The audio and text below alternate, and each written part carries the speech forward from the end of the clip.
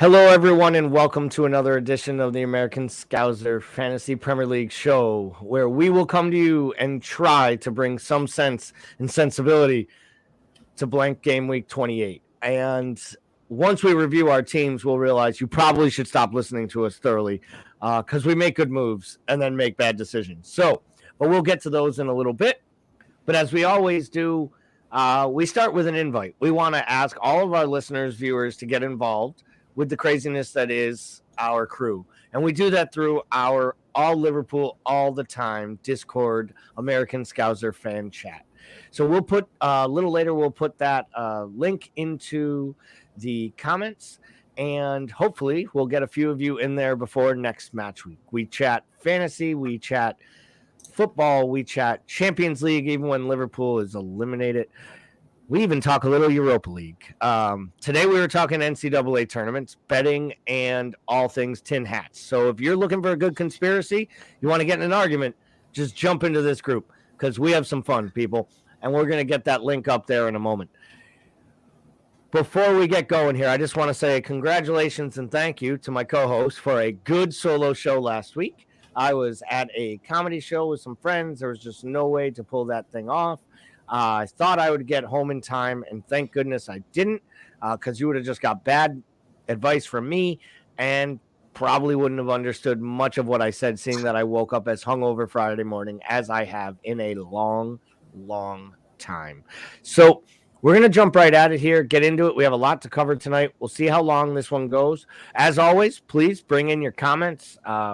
We would love to bring them up on screen. If you have questions about your team, you want to share things, let us know. We would love to get you interactively involved during this process. So let's start with a quick look at the American Scouser Cup standings. Another banner week for Pep, 103. Proud to say I nicked him by a couple points, but not those standing spots, let me tell you. Up to 1,298 overall in the world. And he actually had an additional 14 points left on his bench. Insane. Now, like my bench, we'll talk about later, you don't probably swing that. But if he had, he'd be sitting in 651st place out of 11 million people. So thank you for being in this group. Thank you for giving us a reason to actually check these standings each week, because the two hosts are nowhere near the front page. But it's a really good score line, actually. He's opened the gap up, but our 2, 3, 4, those are all top 200,000, I believe, in the game overall, which is really good. Our average isn't bad for this league, so really good stuff. Love to see it grow by next year, so we'll see what we can't do to bring in some more fresh faces. So it was a tough one in my household this weekend. I felt comfortable all along. Kelly didn't listen to me, and that normally bodes well for her. She looked at VJ's team, she looked at her team, and she erred on the side of caution, and she basically captained Mo, purely because she thought the only way she'd lose this thing is if Mo went off against Bournemouth and she captained Tony or captained someone else. VJ woke up from a 7-month slumber, made 3 transfers, and decided to actually compete. Still needed 2 subs to win by 3. And she was really, really upset because if Mo doesn't miss the penalty by 700 feet, not only does Liverpool get a point, I'm a much nicer human being the rest of the day on Saturday. But Robertson gets an assist and most likely some bonus points out of it, and actually would have won her the match week, even with the terrible, dismal performance. Why did it matter so much? Well, because BJ's team showed up with a ruckus, and it would have got Kelly within 1 match of you at the top. She is fully confident she is running you down by the end of the season. Oh, she's gonna overpass me soon. I'm fucked. I'm on a tailspin. I'm just waiting. I think like match week 34, that'll be the tipping point where she'll take the lead and then won't look back. I still think on an outside chance, I think Scott's team might be set up the best because Kelly's got a free hit this week. But to Kelly's credit, she still has her wild card, which not many people have at this point. So if she wants to attack one of the late doubles, or if she wants to save it to try to just attack you, she has the chance. Right. And but in a head-to-head league, like Kelly doesn't care about the overall standings. She's so far back in where she wanted to be. She was top 25,000 at points last year, finished right outside top 30. So I think in Kelly's case now, she's just trying to win this to save a little face, as last year she almost won the overall American Scouser Cup. So good work on her. There were some really good scores in our league last week, some really high marks, but just an interesting one. I feel every time VJ shows up and makes moves, his side actually wins. That's all 5 times this year, but it would be good next year if he decides to play for the whole season. Who knows? He might actually have himself a chance. He's just a giant slayer. And then again, half the league still has Cancelo starting, so I digress. I want to take a look at the top side from last week. It was an interesting one. And, we always talk about how this graphic can sometimes be misleading. Not this week, because you actually could have fielded this team. This team falls under 100 million. So even if you've been losing money, you could field this team. And this side actually allows you to play the balanced attack with no more than 3 players on any one side. Really interesting to see that you could have pulled out 130 points. You could have captained Trossard and made that 145. What a great week 145 would have been. But I don't know that it actually would have separated people that much from some of the high scores. I had a 105, BJ had a 105. So it's an interesting overall top line. We talked a lot about the Brighton assets last week. Any shocks here? Surprised by the Southampton players? Surprised by Steele pulling out an 11? Yeah, Steele we didn't expect to play. That was sort of just a what the hell is going on with Sanchez's situation. And he kind of just came out of nowhere and had both of those fixtures to earn some points. The Southampton one is the most surprising because we had a lot of people who wanted to attack United assets going into that Southampton fixture. But now it might look like Southampton, they're not the terrible, terrible team that we thought that they might have been. They at least look really solid defensively. If anything, they might not score, but they're not going to give up goals very easily. And so if you're looking for a possible cheap defender that you want to take a punt on, and these are the kind of weeks where you want to make those differential moves, Southampton defender could be the way to go there. I know we talked about the Brighton assets before. It was pretty much the 3-headed monster in midfield. I saw some people literally went Matoma, March, McAllister because they figured, if Brighton scores, it's going to come from one of those 3 guys. And pretty much all 3 of them were within the same region of points. McAllister obviously had the least amount, but it was kind of good to see a bit of validation for everyone that went that direction. The disappointing thing was not seeing any Brentford defenders on that list because that was another asset that people wanted to attack was the Brentford defense. So apart from that, it seems like it kind of was what was expected. Besides the top scorer only having 15 points in a week with a few teams having some good double game weeks, 15 points seems like not the biggest amount that you could have thought would happen from this past game week. Yeah, I can't lie. I captained Tony. We'll look at our sides later. I captained Tony. It was disappointing. Not that he got 13 points. I was very happy he got the goal and the assist and the 3 bonus points in the second match. Not getting anything against Everton was tough. I do feel, though, for the people that made the double. I had a double Brentford defense. I had me and Raya. There's nothing to laugh at 9 and 11 points overall. But I think that the frustrating part is McNeil scores a minute in during the Everton match, and then they don't score again. So even if they could have kept that clean sheet, you're probably then looking at, another 8 points plus probably bonus points for both Raya and me, which, for me personally, that was a frustration, obviously. Having Gabriel on my bench was another type of frustration, along with his buddy Odegaard. Thanks, buddy. But we'll get to those moves and kind of some of those mistakes and what it could have meant had I sided with it properly. So kind of moving off of last week before we look at our teams and talk about what we do this week. Obviously, there's a huge strategy that comes into play this week with the blank game week and obviously going into the double game week. what are your thoughts regarding the free hit? Like, where's the level in your mind of starting players, benchable assets, moves you have to make, hits, etc., where you feel like it tips the scales to a free hit being the right call? I think if you're sitting on a total of between 5 to 7 blankers, that's where your free hit comes into play.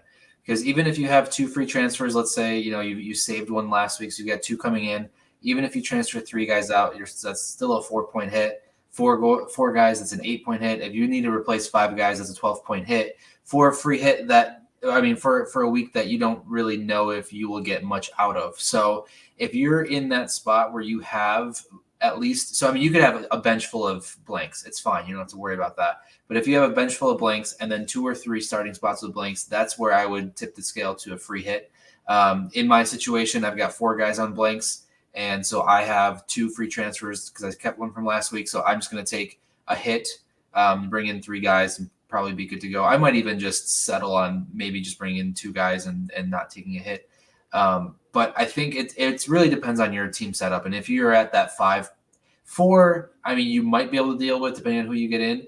But once you've got 5 guys blanking in total, it's going to be a rough game week. Yeah, I think you can live with starting 10 players and be competitive. And, that even means starting 10 players with 3 blanks on the bench. So now you're talking 4 overall blanks. If they're players you don't want to move, and we'll talk about it later because it's the exact scenario I'm in. I have 5 blanks. I have 2 free transfers. I'm only making 1. And I'll explain my logic later of why I'm not free hitting or why I'm not taking a hit.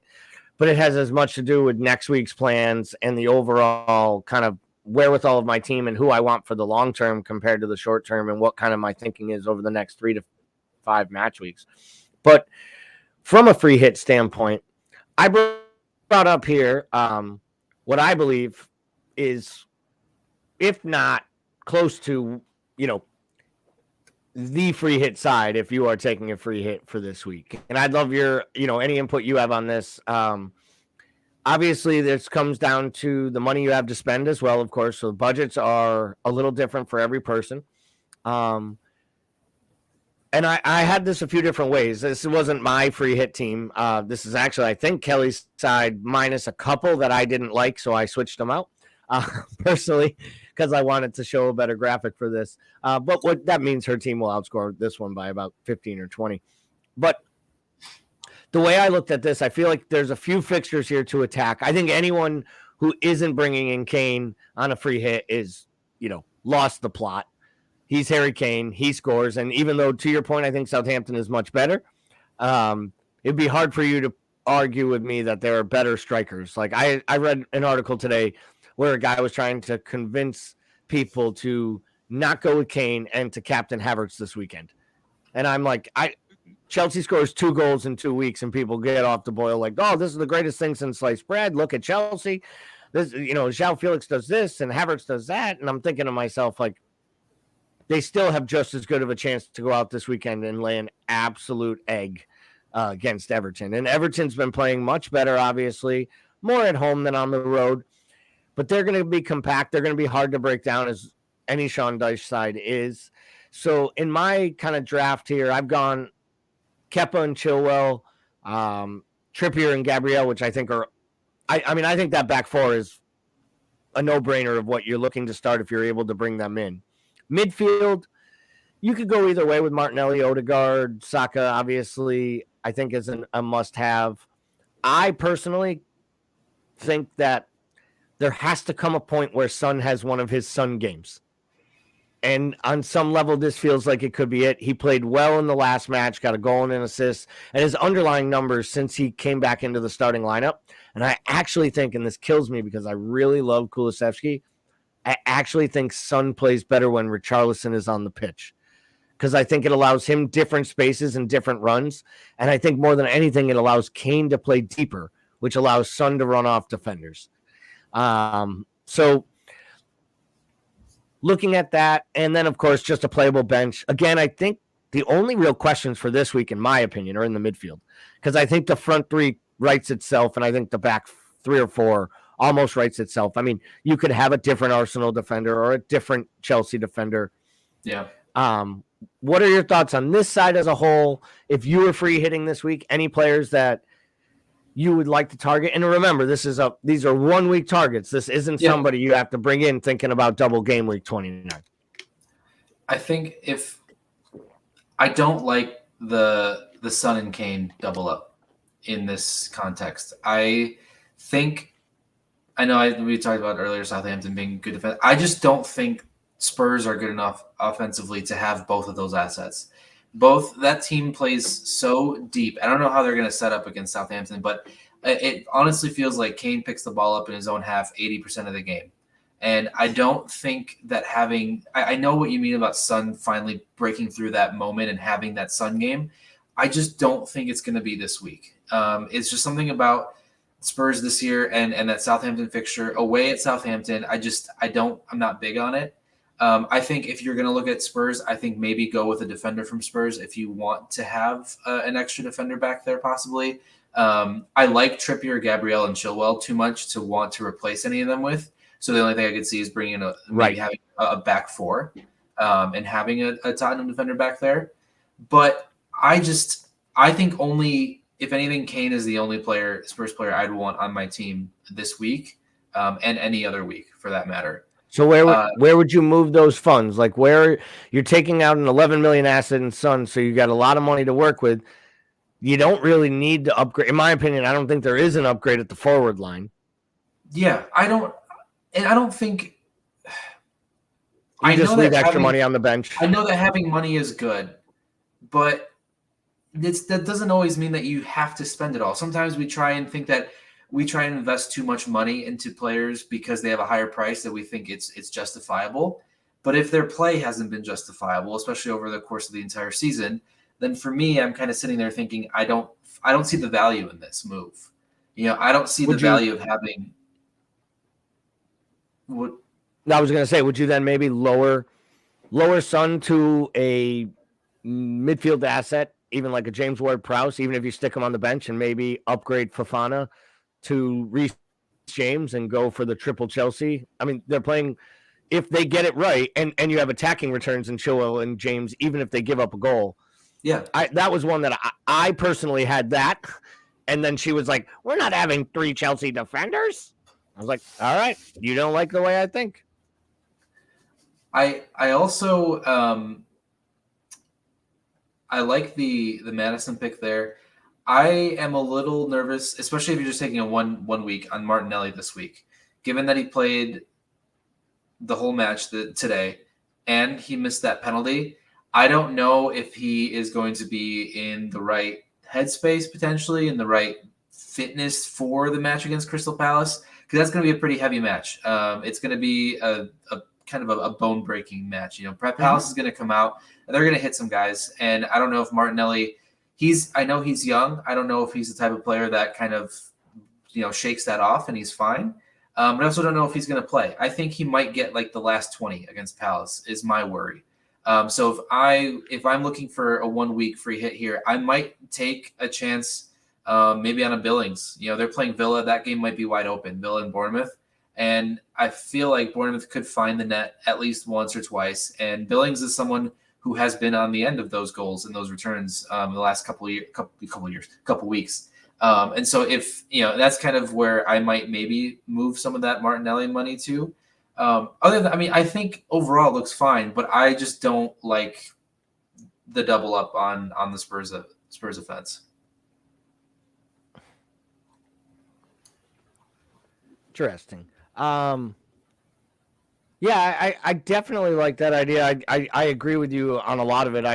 I question Madison myself. I question not playing Fofana, honestly. If you think he's going to start, I just feel like if you believe in the Chelsea back line, maybe you don't need all 3. There's also a couple other keepers you could bring in if you want it. Options that make sense. My biggest, I think actually, if you decided not to go Martinelli and you want a differential and you go Ramsdale, you might have a really good shot. But there were some rumblings that they might even give Turner a start this week. But I feel like with the league as tight as they are, it's really tough to sit your top keeper. Yeah. But he did just play 120 minutes and have to get through a penalty shootout in a high stress environment. So, I do believe that there's a shot at that. So I think that's a little bit of a gamble as well. I like your thoughts there. I'm going to probably share some of them with her. I think that you're onto something with some of the options. I don't know about Billings just because I have a hard time when you pick up these guys that are on these heaters at the bottom of the table. I just feel like, and we've talked about it, right? Like, you can't come to that party late. Like, the people that got to the Almiron party late are the ones who don't love Miggy. The people who had him early and are even still rolling with him were happy last week they held on because they got a goal and 3 max bonus points. But you can defend 3 straight blanks when he gives you returns in 8 out of 11, right? Like, But when you get 3 straight blanks, you sell that SOB. Like, and I think that's the hard part about a free hit. You have to really look at it selfishly. I thought about the same thing. Even, is Martinelli? Is it safer to go Odegaard? Is it honestly safest to go Trossard? For the fact that he didn't, I believe he was on the bench to start today. I could be wrong.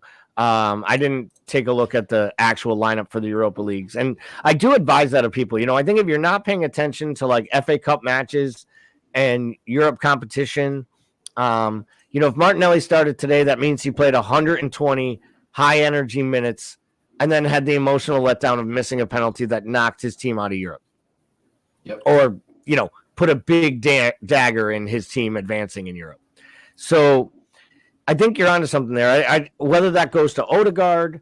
And Odegaard, he did come in the 101st minute, Odegaard did. So he only played 19 minutes. So if anybody's he's fresh and he's going to play. It's going to be Odegaard. Yeah, absolutely. So that's probably an easy swap. I think that costs you a little bit of money. So that would probably mean then the Son downgrade would be easier. And then I think maybe you downgrade him to someone who's not starting, and you do what you were talking about, and you upgrade to the top defender. Outside of this screen, who do you believe is, or what team would you be targeting this week for clean sheets?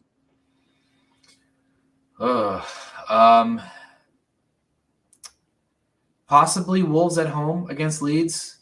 Leeds are a bit of a mess. They have been for a while. And Wolves at home, it's a great fixture.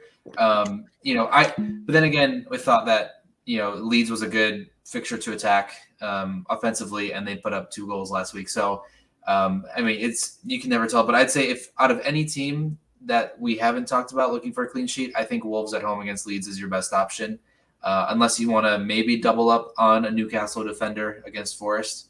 If you want to do one of those double ups in the back, whether it's Chelsea against Everton, whether it's Newcastle against Forest, or whether it's Arsenal against Palace, maybe you drop Martinelli and do a double defender for Arsenal against Palace, and then leave Saka up there. Maybe you have a Gabriel and a Ben White, or you do a Gabriel and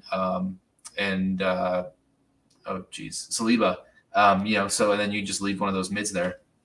Didn't he get hurt today and get subbed off? You know what? Maybe. No, and I honestly, I didn't get to watch the match. I was working most of the day, and when I did get to the pub to have a couple beers, normally I can corral a TV or two and get something on a streaming channel to get a Liverpool or a Champions League match on, but I was not getting any of the newly found legal gamblers to get off of any of the 4 NCAA tournaments that were on the TVs, which I kind of understand. Yeah. Saliba did come off in the 21st minute. I thought Rob Holding just played the whole match when I was looking at the lineup. That's weird. Yeah, that's the part where I think that's the part that makes me a little bit nervous. Is just kind of where and which rotation we'll get out of the European sides. And I think that's why it's almost like, I think you're really onto it. I think Gabriel has to start. He is the rock of that defense. I love how everyone asks questions like, is Saliba the best defender in the Premier League? And my argument is he's not the best. He's not the best center back on his team. Like, and to be totally fair and honest, Gabriel's basically been the best center back in the Premier League, or one of the top 3 center backs in the Premier League since Arteta became manager. And I've been brutally harsh on Arteta over time, and I'm still going to stick on the fact that I think some of his emotional outbursts actually are a negative detriment to the overall play of his team. And if they get tight late and lose this thing, I think a lot of it will be the inexperience of their manager and the fact that he wants to kick every ball and, literally steal balls from opponents, and he gets himself way too involved with the actual play on the pitch. That said, he's done an amazing job at rallying, creating a culture of winning, and you can see Pep's tactics and man management style in the way that he handles the side. I mean, Jesus is healthy right now and sitting on the bench. And basically, and there's another one. Could Jesus play this week? Because it's a short turnaround and a soft landing spot, playing at home against a Palace team that isn't going to push you too much and isn't all that physical at the back. So I think you're onto something. I'm a little nervous now with that Martinelli's site that I have there. So let's take a look at the incomings and outgoings as we always do. No real surprise for me with Chilwell or Watkins being at the top. I won't lie. I'm a little surprised around Almiron. Makes me feel like it has something to do with a lot of free hits being deployed. Anything jump out at you here other than the 286,000 people that didn't have Harry Kane before this week? No, everything seems fine. I think Almiron, they play Forest, so I think that's one of those, especially like you said, free hits. If you're going to take a chance on a midfielder that isn't named Saka or Madison, then, Almiron's another one that you could use your money elsewhere. Maybe Watkins and Chilwell are both upgrades from what you had in those positions, and so you downgrade to an Almiron and have extra money. So it makes perfect sense.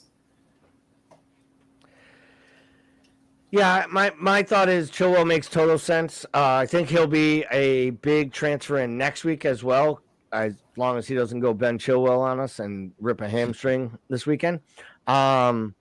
Watkins, I think, it only thing that surprises me on this page is that Watkins isn't number one, and the only thing I can think of is he's been on such a heater. He's already in a lot of sides. Yeah. Because he's been on this page for a while. He has, and this is a big one for him. I mean, he has a great matchup this week against Bournemouth, and then he has a semi-favorable double next week. Mm-hmm. So you're basically picking a guy up on a heater with an offense that is basically being played right now and designed to funnel the ball to Watkins to score. Yep. Like, I think if I read the stats right, in the last 4 match weeks, like, his numbers are eerily similar to Haaland's at his peaks this year, which is not that many touches, but taking every single opportunity he has. And he's now on pens, which is really surprising because he's like one of those strikers who came into the Premier League. Watkins, another Brentford striker that made his way through the Brentford ranks and found his way to a Premier League side. It's unbelievable how many there are when you count them all up. And he was another one. He was close to getting them up, and he missed crucial penalties in the playoffs. And he mentioned how he just didn't like taking penalties, even though he was the number 9. But I think Unai Emery just said, if you want to be the lead of my side, you got to be the guy who grabs the ball and takes it. And he's done a good job. So I think him being on penalties makes him really a must-have. I've already told you I think Kane's a must-have. Madison, Almiron, I can go either way because to me, James Madison is literally an enigma. If he's in, he reminds me of Phil Foden. If he's in my side, there's a 50-50 chance he blanks. And on the other occurrence, he's sitting his ass on the bench. If I transfer him out, he gets 22 points, whether he's on the bench or, comes in as a sub with 12 minutes to go and he gets a hat trick. So Madison, I'm always nervous with. And 2, I just can't trust that Leicester team. Iheanacho misses every opportunity you give him. Jamie Vardy is a corpse, unfortunately. Good guy, great party, great story, right? Everybody loves from an ankle monitor and laying shingles to being a Premier League, champion and Golden Boot winner and all that stuff. But, the party is over for Jamie at this level. And Patson Daka is, if he wasn't at Leicester, he'd be talked about as one of the great, great transfer flops.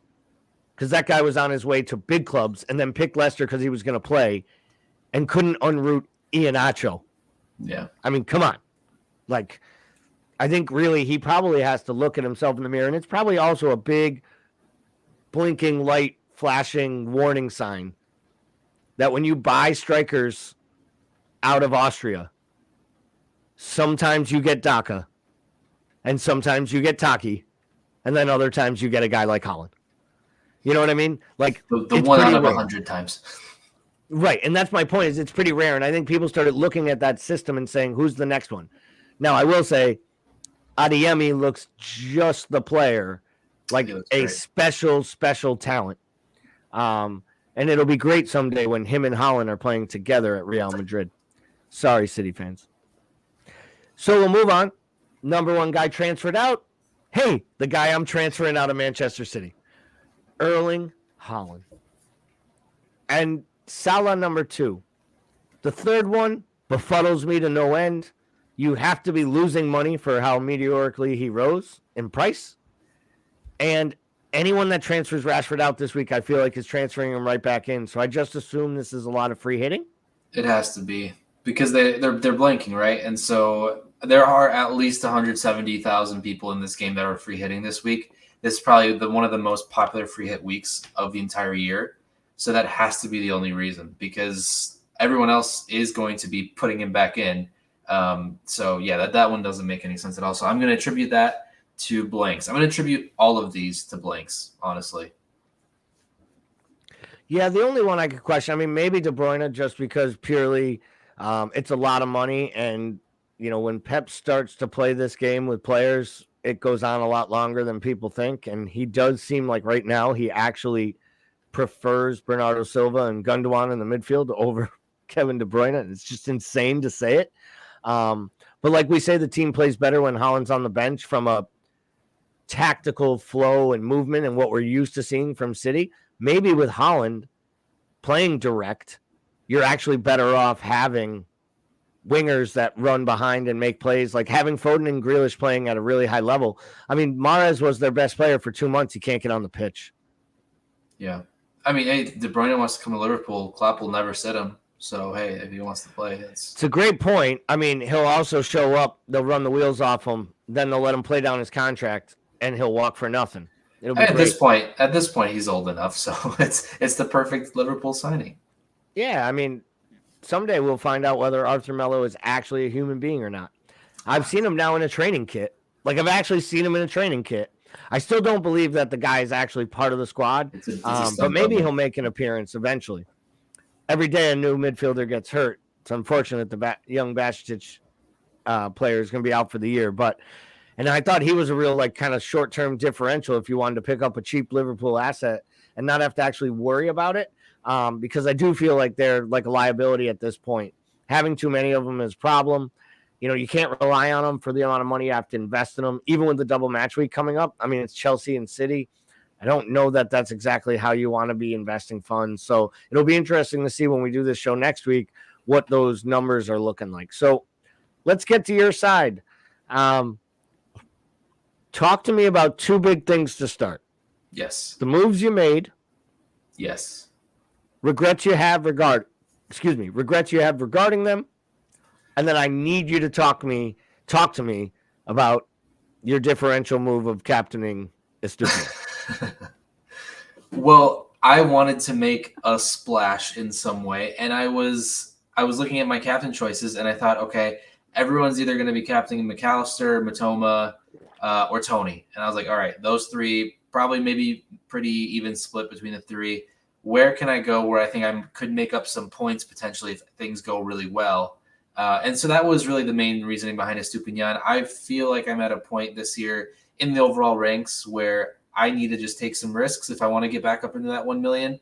And putting the cap on Estupiñán felt right in the moment. I don't really regret it, because even if had I put it on McAllister, I really wouldn't have.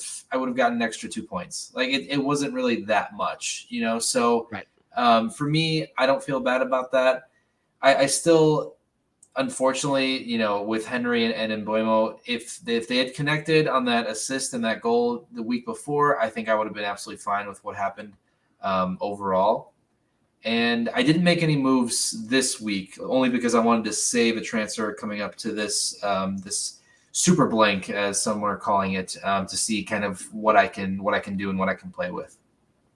So you have the double. You have a double. You have 2 free transfers in the bank right now. Yep. You're sitting what 1.8 million in the world? Is that what my eyes are shot? Yep. 1.8. And you ended up with a red arrow this week or a green arrow? Just, okay. I mean, just like slightly up. Yep. Yeah, just ever so slightly. And the bench. Did you have any thoughts about playing the Arsenal assets over any of the others? Are you the Newcastle double up there might surprise me a little bit, especially with it being Burn. Ever a thought of starting Zinchenko there or Martinelli? I felt much better about the Newcastle fixture than I did than the Arsenal fixture. For some reason, I know Fulham's been on a downswing recently, but for some reason, I thought that they would be up for it. Especially at Craven Cottage. I didn't have faith in the Arsenal back line against that Fulham team for some reason. So that's why I went the double up with Newcastle. It was a thought at some point to put in Zinchenko instead of Burn, but ultimately I was like, you know what? I think Newcastle will get a clean sheet out of this. Let's go double Newcastle. I just felt better about their clean sheet odds than Arsenal's odds, and that's what it came down to. And never thought about Martinelli over one of the defenders? No, because I brought in Henry on wild card specifically for the double. Trippier I felt was in a good position, even if he cleaned, which I expected him to. I thought he was going to be sitting on 8 points, which I didn't think Martinelli would get. I wouldn't think that Anthony Robinson would just let him have a free header on into the goal. So that usually doesn't happen for a little guy like Martinelli. So I don't regret the decisions I made because I felt good about them. Obviously, would I have preferred it to go differently? Yes, but I think that's how I chose it because that's what I really believed in at the time. I like it. I don't really have a problem with any of the decisions. I just like hearing the logic and thought behind it. I will say one thing I am learning. I've tracked back a bunch of double game weeks, looked at some of my past seasons. It is like it's like somewhere between 35 and 45% of the time. A single game week player is the high scorer for the week. Yeah. And I have to stop getting caught up. Not that doubles aren't worth it, because 2 opportunities, especially when you have guys like Matoma that are just creating opportunities at like almost record pace for a player of his stature, especially in price in fantasy. You have to pick up extra matches. That is a smart tactical move. But when it comes to the armband, like the game that screamed there was a chance for a big haul was Kane versus Forest. They've been giving up goals all year to players like him. And I thought about it now, and I was killing myself after Tony blanked against Everton because I got, McAllister and Matoma off the Flyers. I got Kane with 13 points, and I'm thinking this SOB probably gets like a red card now just to zero out my captain on a double game week. Like, this is crazy, and I'm so upset. And then he hauls, I wish he didn't get the yellow. He doesn't get that yellow card. One, he actually outscores Kane. I have 2 more points, but more importantly, he's not on his suspension watch. But we'll get to that in a moment. You want to talk through any changes? What are your changes as of now? Do you know? For sure, Holland to Watkins is one. The other one I'm still playing around with. I'm debating whether or not I want to move a midfielder or if I know it might sound a little crazy, but bring in Darwin potentially because not for this week, but for the following week for the double. But I'm wondering if I need to make sure there's enough money. So I don't want to make 2 moves that gets me out of the money for Darwin for next week because I know City and Chelsea aren't great fixtures specifically, but this Liverpool team, as we've seen, they wake up for those big fixtures and tend to go to sleep against the weaker fixtures. So I feel like there could be 3 to 4 goals scored by Liverpool in those 2 games, and with Darwin, I feel like he'll be part of at least 1 or 2 of them. So I want to make sure there's enough money to get him in for the double. So right now I'm just on Holland to Watkins, and then I need at least 1.9 left after that, so I have about 2 million to play with, whether it's moving from Martinelli to someone or maybe moving Burn up to Chilwell, and that's kind of where I'm sitting at right now. So you're definitely going to use the 2 transfers this week? Yeah, I think because then I'm going to bench boost in the following week. So I have one more next week to use and then just go full bench boost. So the thinking is to have this all set up for a bench boost the following week. Sounds solid. I like the overall play. So this was my side. Felt really good. Obviously, 105 points. Great week overall. Really happy with it. Top 200,000 in the game for the week. Moved up 33, almost 32.5%. So I moved up over 200,000 spots in one match week, which is, a solid climb. And I've been on a steady incline of, I've been on a steady incline of green arrows. So I'm really happy with this.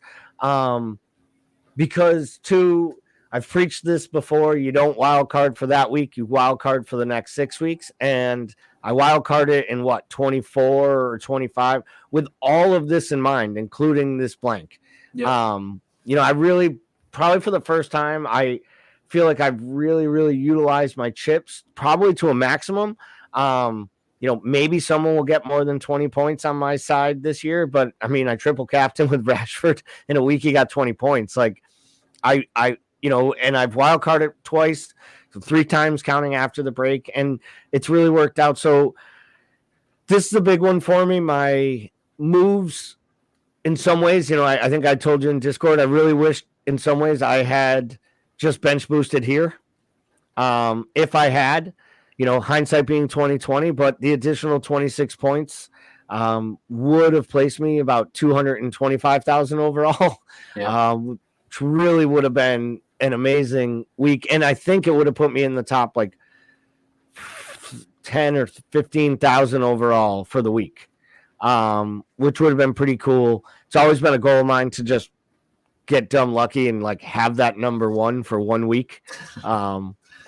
So it's like the idiots who triple captain or bench boost in the first week of the year because they're just hoping that they can be number 1 in the game for just one. Take a screenshot, kid. Screenshot it, and you're like, yeah, I was number 1 at one point. It's that guy that puts triple captains and has 6 players from the 7:30 a.m. game just to see themselves at the top.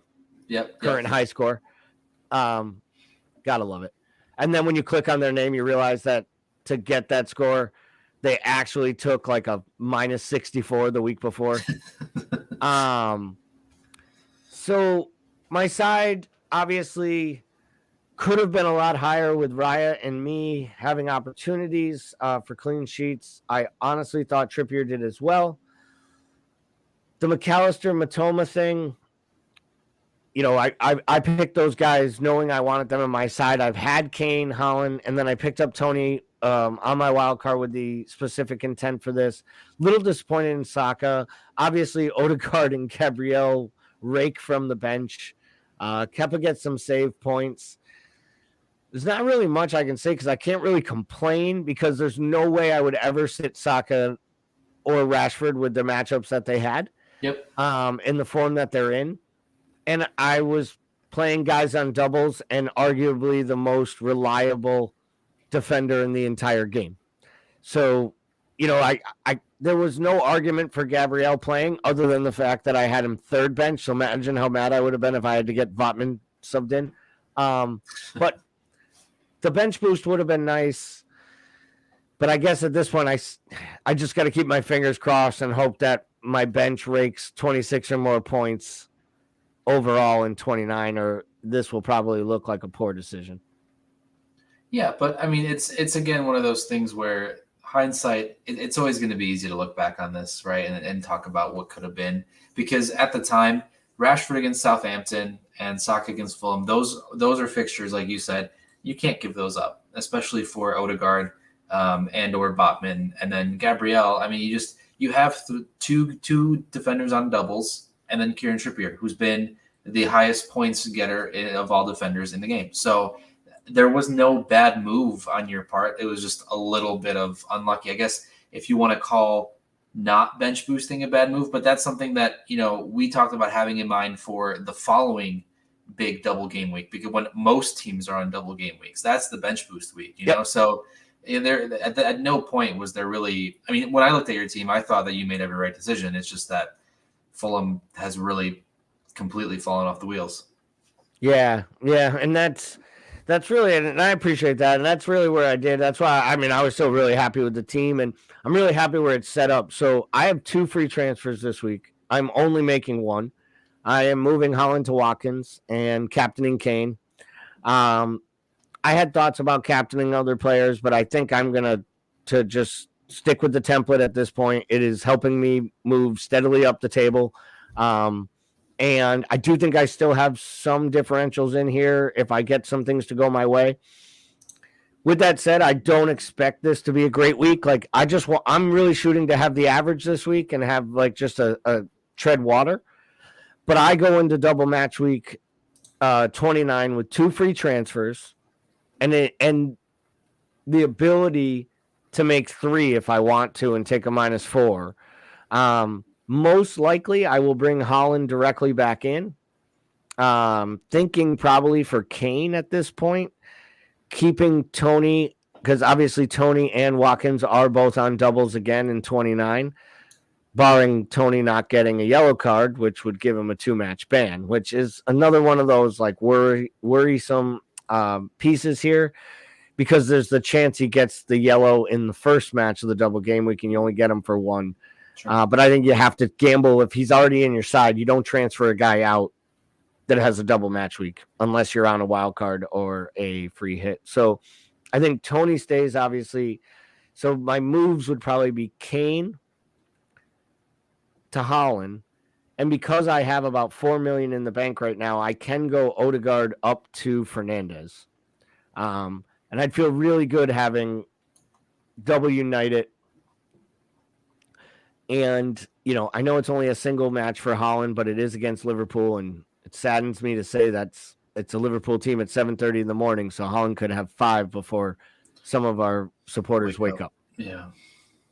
So I really feel like that's my move. I bring in Fernandez and Holland, and I still have a little money in the bank. And if I want to get greedy, that's when I could maybe look at one of my defenders and try to upgrade to either like a Chelsea defender on the double or even one of the defenders that has great matchups for the double. And I think that would stack my side with 14 doubles and 1 single on a bench boost. Yeah, that's really nice. Oh, no, I'm sorry. 13 and 2, maybe. I don't know. Or 12 and 3, 12 and 4. Either way, I'm feeling good about it. Yeah. And those are the weeks that always freaking destroy my heart and soul. Not this year, though. I hope not, because every game ends 1-0 and my guys don't score. Any parting words for the listeners and viewers tonight before we go about the blank game week or preparing for the double game week 29? Yeah, it depends on what chips you have left, right? If you still have your wild card left, you could use it this week into next week if you wanted to. I mean, it's you got some teams missing this week that you might want to make sure that you have for next week. But if you have the chips, just kind of make yourself a little plan, because if, like Gallia was saying earlier, if you do wild card, you want to have the next 4 or 5 weeks in mind. You don't want a wild card for just next week and then have to start transferring all your players out, because then you're just wasting money and wasting transfers. So if you are thinking about making a move with your wild card, just look ahead a little bit and make sure that the players you're getting in are long-term players that you are going to be happy with in the next 4 or 5 weeks. And if you do hold on, if you're like Kelly and you still have your wild card, you could hold on to that till maybe 33, 34, set yourself up for the rest of the year. I know that with you as well, we both have our free hits still. I'm probably going to be saving that till a big double game week late in the year, maybe, somewhere between 34 and 37. So that's the goal right now. So just look at the chips you have, and make a plan for it and stick to it. Because like I said in last week's show, I fell into the trap of doing what other people were doing because it felt like that was what I was supposed to be doing and not what I wanted to do. You know, you want to have this game to have fun, and sometimes you have to forget that it's about rankings. You just have to have fun. And so don't fall into a trap of doing something because the collective is doing it, or the top 10K, the experts are doing it, because the top 10K experts, they all wildcarded into last week, or the week before, and they all flopped. And so, you have to just do what you want to do and make sure you have fun. I love it. And I think it's really good advice. You got to make a plan. You got to stick to it. If you deviate from your plan, don't get mad about it. Just kind of stay your guns. Find good ideas. Find value in your transfers, and make bold moves. Scared money doesn't make money, and there's a reason the saying's been there for a long, long time. And it's just kind of the same way with transfers in this game and differentials and going out on a limb. You went out on a limb last week with Estupiñán. It almost paid off for you. They could have easily gotten 2 clean sheets. He could have easily gotten attacking returns. You could have had a 15 to 20 point high score week and had the man as your captain when very, very few people did. So I like the move. I love to see people make more bold moves. So as always, please give it a subscribe, drop a comment, share it with your friends if you know people or you're in chat groups or other Discord channels that talk about fantasy football. Please let them know about the podcast. We're on every week, 9:00 Eastern. And don't forget to check out both the Monday night and Thursday night pods, which come to you at 8 p.m. Eastern. And then, of course, we have our coffee morning show Monday, Wednesday, and Friday at 10 a.m. Eastern, 9 Central. So for myself and my co-host from Chicago, thank you for listening, for viewing. Have a great week. Join the Discord. Follow us on Facebook, Twitter, Instagram, TikTok. Gosh, I don't even know. There's probably more mediums. I am so old. Everyone, I hope you had a great week. It's been a great show, and we will see you next Thursday, and we'll see those green arrows, hopefully for everybody listening.